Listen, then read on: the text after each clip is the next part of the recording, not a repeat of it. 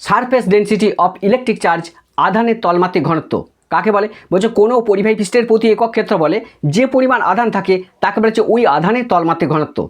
আধান কত রকম হয় না, পজিটিভ আধান আর নেগেটিভ আধান, দু প্রকারের আধান হয়। এটা মনে করে একটা পরিবাহী, মানে এর মধ্যে সহজে ইলেকট্রন যেতে পারে। এই পরিবাহীর অভ্যন্তরে যদি কিছু পরিমাণ আধানকে আমি প্রবেশ করে দিই, মানে পজিটিভ অথবা নেগেটিভ, ধনাত্মক অথবা ঋণাত্মক যে কোনো আধানকে যদি এর অভ্যন্তরে প্রবেশ করাতে পারি, তাহলে আধান কী হবে, পরিবাহীর বাইরের পৃষ্ঠে চলে আসবে। এইটা হচ্ছে intrinsic property of any electric charge. যে কোনো আধানের ধর্মটা হচ্ছে পরিবাহীর বাইরের পৃষ্ঠে অবস্থান করে। তাহলে এইটা মনে করে একটা বোর্ড। এই বোর্ডের টোটাল ক্ষেত্রফলটা মনে করে এ। এই বোর্ডের অভ্যন্তরে যদি আমি কিছু পরিমাণ আধান, মনে করে কিউ পরিমাণ আধান ঢোকাচ্ছি, তাহলে এই বোর্ডটার ক্ষেত্রফল কত এ। এর মধ্যে মানে ভেতরে যদি কিউ পরিমাণ আধান আমি প্রবেশ করিয়ে দিই, তাহলে আধান কী হবে, পরিবাহীর বাইরের পৃষ্ঠে চলে আসবে। তাহলে এই যে বাইরের পৃষ্ঠে চলে এলো, একক ক্ষেত্রফলে যতগুলো আধান থাকতে পারে তাকে বলা হচ্ছে ওই আধানের তলমাত্রিক ঘনত্ব বা surface density of electric charge. মানে টোটাল বোর্ডটার যে ক্ষেত্রফলটা সেটা যদি এ হয়, তাহলে এ ক্ষেত্রফলে টোটাল চার্জ বা আধান কতগুলো আছে না কিউটা। এক ক্ষেত্রফলে কতগুলো আধান থাকতে পারে না কিউ বাই এ। এই একক ক্ষেত্রফলে যতগুলো আধান থাকবে এইটা কি বলছে, surface density of electric charge বা আধানের তলমাত্রিক ঘনত্ব। এটাকে আমরা সিগমা দিয়ে ডিনোট করি। তাহলে সিগমা সমান কত না টোটাল আধান বাই টোটাল ক্ষেত্রফল। এখন এই ক্ষেত্রফলটা যদি গোলক হয়, মনে করে এটা একটা গোলক, এই গোলকের অভ্যন্তরে আমি যদি কিছু পরিমাণ আধানকে ঢুকিয়ে দিই, তাহলে আধানটা কী হবে না গোলকের বাইরের পৃষ্ঠে চলে আসবে, কারণ পরিবাহীর বাইরের পৃষ্ঠে অবস্থান করে, আধান ভেতরে থাকতে পারে না। তাহলে এইটা যদি গোলক হয় এবং এই গোলকের ব্যাসার্ধ যদি ছোটো হাতের আর হয়, সেক্ষেত্রে গোলকটার ক্ষেত্রফল কত হবে না আমরা জানি, সেক্ষেত্রে এর পরিবর্তে কী লিখব না 4πr², যেখানে আরটা কি না আরটা হচ্ছে গোলকের ব্যাসার্ধ। তাহলে এই যে ফর্মুলাটা পেলাম, সিগমা সমান কত না টোটাল চার্জ বাই টোটাল ক্ষেত্রফল, মানে কিউ বাই এ, অথবা সিগমা সমান কিউ বাই 4πr² যদি গোলক হয় ক্ষেত্রফলটা। ঠিক আছে, এই যে রাশিমালাটা পেলাম এটা হচ্ছে আধানের তলমাত্রিক ঘনত্বের রাশিমালা। এই ফর্মুলা ধরে একটা অঙ্কের দিকে আসা যাক। প্রথমে অঙ্কটা দেখো কি বলছে, বলছে সমান ব্যাসার্ধ এবং আধান বিশিষ্ট 27টা জলবিন্দু যুক্ত হয়ে একটা বড় জলবিন্দুতে পরিণত হলো। তাদের আধানের তলমাত্রিক ঘনত্বের অনুপাত কত? ধরি একটা ছোট জলবিন্দুর ব্যাসার্ধ হচ্ছে আর, এবং এই জলবিন্দুটাতে কতগুলো আধান আছে, কিউটা আধান আছে। তাহলে এই জলবিন্দুর তলমাত্রিক ঘনত্ব কত হবে? আমরা জানি তলমাত্রিক ঘনত্বের রাশিমালা কি না সিগমা সমান কত না কিউ বাই এ, এটা হচ্ছে রাশিমালা। এখন এই যে ছোট জলবিন্দুটা, এই যে ছোট জলবিন্দুটা, এর ক্ষেত্রে কি লিখতে পারি না কিউ বাই, মানে কিউ মানে কত ছোট হাতের কিউ, এ মানে কি ক্ষেত্রফল, এই গোলকটা ব্যাসার্ধ যদি ছোট হাতের আর হয় তাহলে লিখতে পারি 4πr²। এইটা হচ্ছে ছোট জলবিন্দুটার যে তলমাত্রিক ঘনত্ব, এটাকে আমি সিগমা 1 দিয়ে ডিনোট করলাম। তাহলে এটা হচ্ছে 1 নম্বর লিখলাম। এবার কি আসছি, যেই 27টা জলবিন্দু যুক্ত হয়েছে একটা বড় জলবিন্দু তৈরি করেছে, তাহলে 27টা জলবিন্দুর টোটাল যে আয়তনটা, সে আয়তনটা বড় জলবিন্দুর আয়তনের সঙ্গে কী হবে, সমান হবে। ভালো করে বুঝো, 27টা জলবিন্দু পরস্পর যুক্ত হয়েছে একটা বড় জলবিন্দু তৈরি করেছে, তারপরে কি 27টা জলবিন্দুর টোটাল যে আয়তনটা, সেই আয়তনটা বড় জলবিন্দুর আয়তনের সঙ্গে সমান হবে।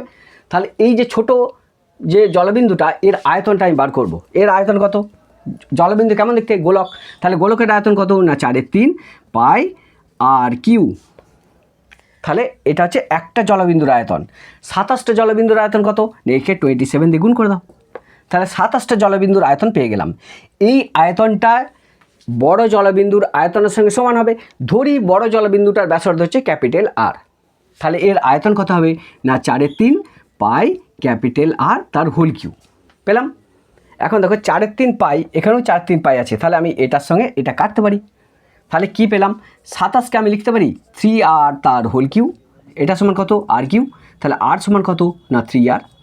অর্থাৎ এখান থেকে আমি একটা জিনিস পেলাম যে এই 27টা জলবিন্দু পরস্পর যুক্ত হয়ে যে বড় জলবিন্দুটা তৈরি করেছে, প্রতিটা ছোট জলবিন্দুর যদি ব্যাসার্ধ ছোট হাতের আর হয়, বড় জলবিন্দুর যদি ব্যাসার্ধটা ক্যাপিটাল আর হয়, এই ক্যাপিটাল আর এবং স্মল আরের মধ্যে সম্পর্কটা কি, রিলেশনটা কি না ক্যাপিটাল আর, অর্থাৎ বড় জলবিন্দুর ব্যাসার্ধটা ছোট জলবিন্দুর ব্যাসার্ধের 3 গুণ।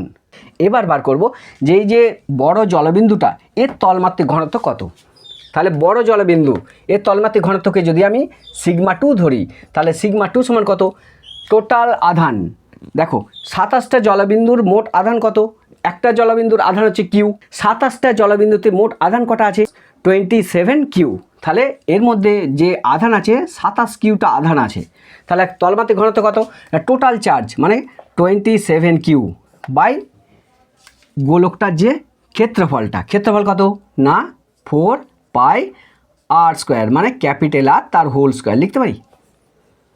আচ্ছা, এখান থেকে একটু ক্যালকুলেশন করো যে সিগমা 2 এটা সমান কত না 27 কিউ বাই 4 পাই ক্যাপিটাল আর তার হোল স্কোয়ার। ক্যাপিটাল আর সমান কত একটু আগে পেলাম, যেটাই ক্যাপিটাল আর সেটা 3r এর সঙ্গে সমান, তাহলে 3r তার হোল স্কোয়ার। এটাকে যদি ক্যালকুলেশন করি কত হবে 27 কিউ বাই 3 3 9 আর স্কোয়ার 4 পাই। আচ্ছা, এটা হচ্ছে সিগমা 2 পেলাম। তাহলে সিগমা 1 বাই সিগমা 2 এবার একটু করব। তাহলে দেখো সিগমা 1 বাই সিগমা 2 এটা সমান কত? সিগমা 1 সমান কত না Q by 4 by r square. আর সিগমা 2 এর পরিবর্তে কত লিখতে পারি না সিগমা 2 সমান কত 27 Q by 4 pi 9 R square. এটাকে যদি ক্যালকুলেশন করা হয় 4 pi 9 R square into Q by 4 pi R square into 27 Q. দেখো একটু কাটাকাটি করে, এটার সঙ্গে এটা কাটলো। আচ্ছা, আর স্কোয়ার সঙ্গে আর স্কোয়ার কাটলো, এটার সঙ্গে এটা কাটলো, তার 9-এর সঙ্গে এটা কেটে 3 হবে। তাহলে আলটিমেট যেটা পেলাম যে সিগমা 1 বাই সিগমা 2, তাহলে সিগমা 1 বাই সিগমা 2 এটা সমান কত 1/3, और আমি লিখতে পারি যে sigma 1 is to sigma 2 equal to 1:3। তাহলে যেটা পেলাম কী করে হলো আশা করি তোমরা বুঝতে পারলে যে সমান ব্যাসার্ধ এবং সমান আধান বিশিষ্ট 27টা ছোটো ছোটো জলবিন্দু পরস্পরযুক্ত একটা বড় জলবিন্দুতে পরিণত হলে তাদের আধানের তলমাত্রিক ঘনত্বের অনুপাত কত? তাহলে আধানের তলমাত্রিক ঘনত্বের অনুপাত কত 1:3। নেক্সট আরেকটা অঙ্ক ভিভিআই। দেখো কি বলছে, একটা পরিবাহীকে 4.8 ইন্টু 10⁻⁻19 এত কুলম্ব আধান দেওয়া যেতে পারে কি? কি বলছে? বলছে একটা পরিবাহীকে এত আধান দেওয়া যেতে পারে কি? এই ধরনের অঙ্কে একটাই ফর্মুলা, সেটা কি না এন সমান কত না এন সমান কিউ বাই ই। যেখানে এনটা কি, এনটা হচ্ছে নাম্বার অফ ইলেকট্রন, কিউটা কি টোটাল চার্জ, ইটা কি একটা ইলেকট্রনের আধান বা চার্জ। এই ফর্মুলাকে কাজে লাগিয়ে আমি দেখব যে এত কুলম্ব সমান কতগুলো ইলেকট্রনের আধানের সমান, এটা বার করব। কি বলেছে এত কুলম্ব আধান দেওয়া যেতে পারে কি? তাহলে আমি কি করব না কিউ এর পরিবর্তে লিখব যে 4.8 ইন্টু 10⁻⁻19। ই মানে কি একটা ইলেকট্রনের আধান বা চার্জ। আমরা জানি একটা ইলেকট্রন চার্জ কত 1.6 ইন্টু 10⁻⁻19 এত কুলম্ব। তাহলে এটার সঙ্গে এটা কাটলো, এটার সঙ্গে এটা কেটে 3 সমান কত 3।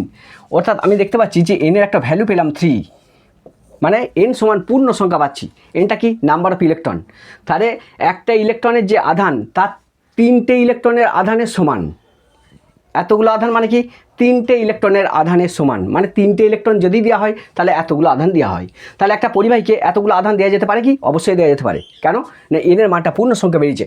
যদি এনের মানটা পূর্ণ সংখ্যা না বেরোতো, মনে করো এনের মান বেরোচ্ছে যে 1.5 বা 3.6 এরকম যদি বেরোয়, দশমিকে বেরোয়, তাহলে কিন্তু আধান দেওয়া যেতে পারে না।